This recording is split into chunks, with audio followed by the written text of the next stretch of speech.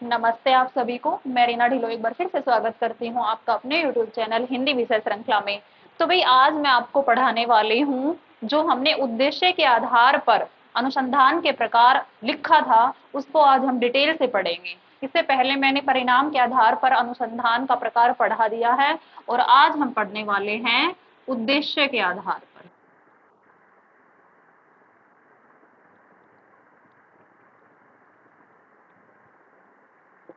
तो इसको हम 5 भागों में बांट सकते हैं। कौन कौन से? सबसे पहले आ जाएगा हमारा वर्णनात्मक, उसके बाद आ जाएगा हमारा सहसंबंध, इसके बाद आ जाएगा हमारा व्याख्यात्मक। इनको डिटेल से भी बताऊंगी इसके अंतर्गत क्या क्या आता है। पहले इनको लिख लेते हैं एक बार। व्याख्यात्मक के बाद आ जाएगा आपका समन्वेशी और इसके बाद आ जाएगा आपका प्रायोगिक।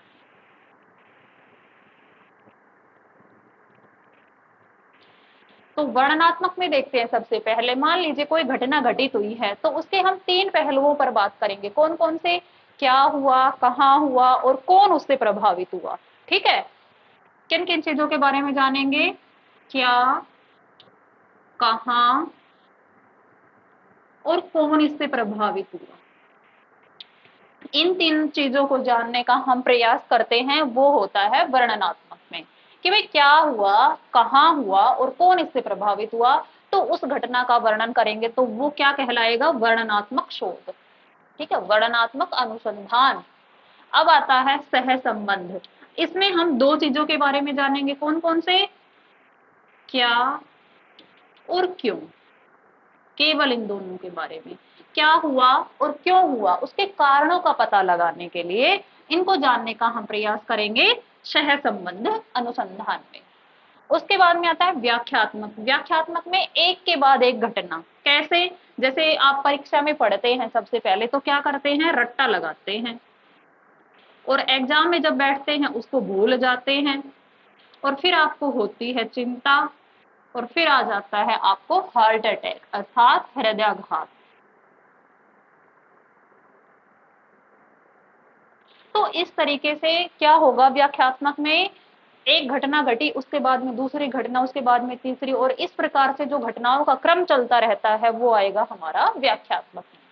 अब आता है समन्वेशी। जब कोई भी अनुसंधान हम करते हैं, कोई भी शोध हम करते हैं तो उसको छोटे रूप में देखते हैं पहले कि हम किस प्रकार से इसकी परियोजना बना करके और इसको अपने जो उद्देश्य है उसके ऊपर इसको खरा उतार पाएंगे। तो वो समन्वेशी में आएगा कि छोटे रूप में या छोटे पैमाने पर अध्ययन। कि कोई भी बड़ा काम हम करते हैं तो उससे पहले एक प्रोजेक्ट बनाते हैं और उसको हम पहले छोटे रूप में करके देखते हैं ताकि ये बड़े रूप में अपना कितना अच्छा जो परिणाम है वो दे पाएगा। फिर आता है प्रायोगिक में। प्रायोगिक में वही फिर हमारा प्रायोगिक मतलब प्रैक्टिकल, कुछ करके देखना। तो इसमें विश्लेषण और प्रैक्टिकल 2 चीजें आएंगी, विश्लेषण